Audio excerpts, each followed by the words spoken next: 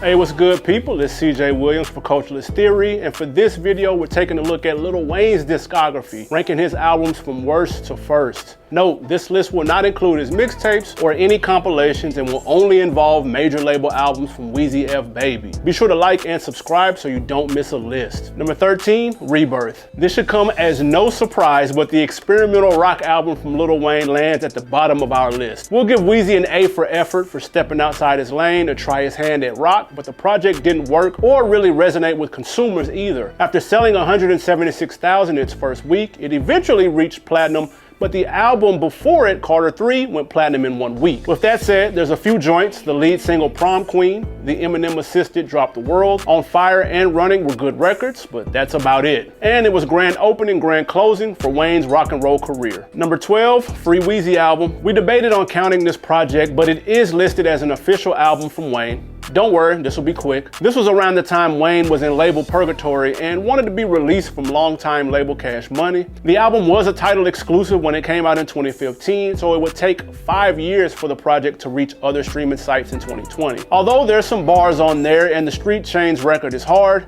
everything else, not so much. How about we blame this album on label politics? Sound good? Cool.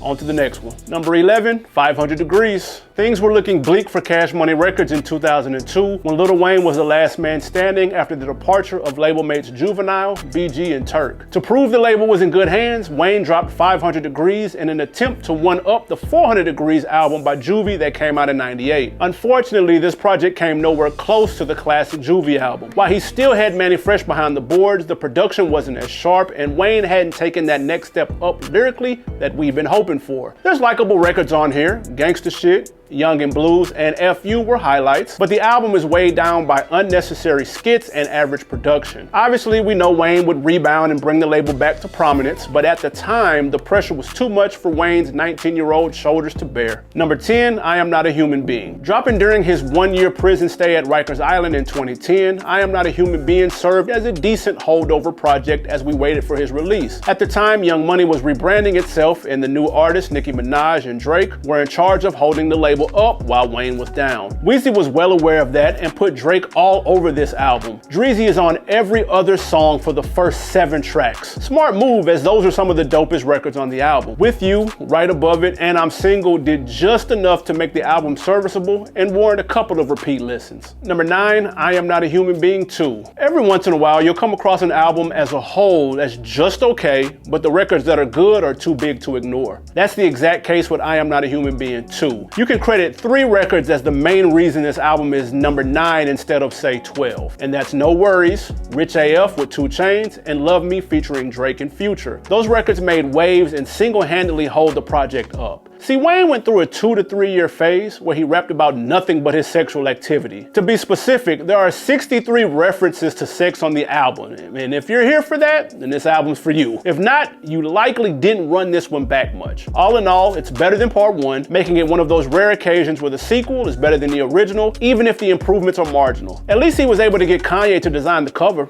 That's kind of dope. Number 8, Funeral. Wayne's latest album, Funeral, comes in at just above the top half of our list, but still was a respectable effort from the veteran MC. Lyrically, Wayne still has it. The flow is fierce and the bars are crafty. Joints like Mahogany, Wild Dogs, and Harden are a few standouts. While the album doesn't have any big singles, Funeral landed number 1 on Billboard, proving Weezy still moves the needle. The latter half of the lengthy project is clearly its strongest, and the album sometimes feels more like a mixtape, but good stuff nonetheless. Also, shout out to Wayne for paying his respects to the late, great Kobe Bryant a few times on here. Track number 8, Bing James, has a 24-second moment of silence at the end. The album consists of 24 tracks, and the deluxe edition was 8 tracks long. Of course, paying homage to Kobe's 2 jersey numbers. Number 7, the Carter 5. After 4 years of delays and pump fakes, Lil Wayne finally released the 5th installment in his stellar Carter series. Thankfully, he did the series justice, as overall the project is strong. He hit on his single Uproar, which caught fire thanks to a viral dance challenge, and he flexed his storytelling muscles on Mona Lisa, going toe-to-toe with Kendrick Lamar. Other standouts were Don't Cry, featuring a haunting hook from the late XXXTentacion, Famous, featuring his daughter Reginae, and Let It All Work Out, featuring a fire sample. However, the issue with the album is it's just too long. Wayne emptied the hard drive to the tune of 90 minutes, plus an extra 40 more minutes if you count the bonus tracks and deluxe edition.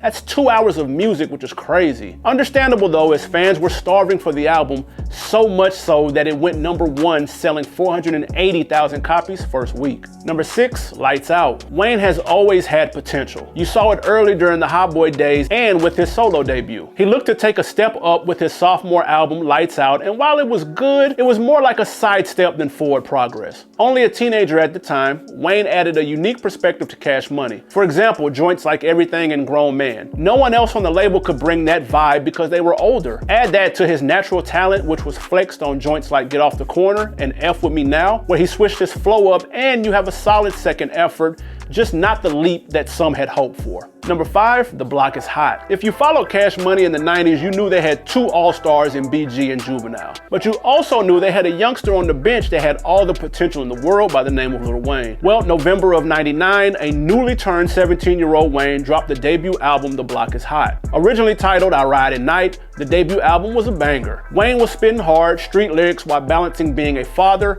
after losing his and having to talk his mom into letting him rap. Thankfully, she agreed under one condition: he couldn't curse. So the fact that outside of one record, F the World, he's not even cursing and you don't even notice, it's impressive given the subject matter. Wayne spazzes on joints like Enemy Turf featuring Juvenile, the title track, and Come On featuring BG. But it's the creativity and the way he delivers the lyrics that stands out most. The sound effects he makes on joints like Loud Pipes bring a completely different dynamic than his Hot Boy brethren. And if you're of a certain age, from a certain region of the country, then you know exactly what that Loud Pipes did teen night at the club. Before we get to these top 4 albums, if you've been paying attention, then you know what these 4 are. Leave me a comment below and tell me your theory. Rank the Carter series, all 5 of them. All right, now back to the list. Number 4, Carter 1. 2 years after the disappointing 500 Degrees, Wayne had a major bounce back album with the first edition of the classic Carter series. Sporting a new, more precise flow, Wayne was in his bag the entire album. Joints like BMJR, We Don't, and Only Way showed Weezy had stepped his lyrical game up considerably. To some, this seems suspicious as rumors began to surface that fellow Cash Money artist Gilly the Kid was responsible for writing the entire album. Now, if you are a casual Wayne fan, maybe this makes sense because Carter 1 and 500 Degrees were night and day. However, if you really followed Wayne, then you were familiar with the Squad mixtape series he had been putting out, and you know Wayne had been in the gym getting shots up. So becoming an all-star with Carter 1 wasn't a reach. Besides, for us to believe that this album was ghost-written means we have to believe Gilly wrote I Miss My Dogs,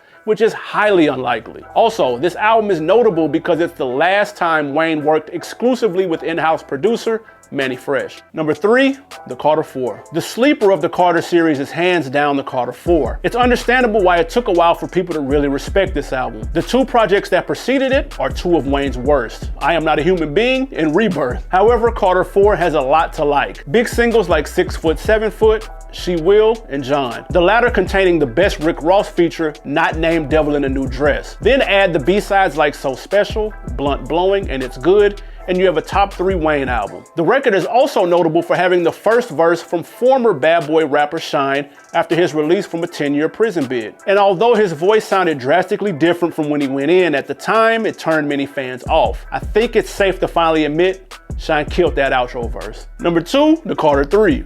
For an artist, especially in rap, 3 years can be a lifetime. You can have a hit and disappear, or your career can take a major leap from maybe being popular to becoming a household name. And that's exactly what happened between 2005 when Carter 2 dropped and 2008 when the Carter 3 debuted. Thanks to his ridiculous work ethic, Mixtape Weezy came alive, dropping 2 classic Gangsta Grillz tapes and the Drought 3 mixtape during this time. In 36 months, Wayne had become the hottest rapper on the planet. As we all know, C3 sold 1 million copies its first week, thanks to the smashes Lollipop and A Milli. But the album was deeper than just its singles. Let the Beat Build, You Ain't Got Nothing, and Shoot Me Down were all dope. Even the GOAT himself, Jay-Z, made a guest appearance on Mr. Carter, essentially passing the torch to Wayne. The album has gone over 6 times platinum and won the Grammy for Rap Album of the Year in 2009. Number 1, Carter 2. When reflecting back on Wayne's career, the defining project in his catalog without question dropped December 6, 2005. The Carter 2 shows Wayne at his best lyrically,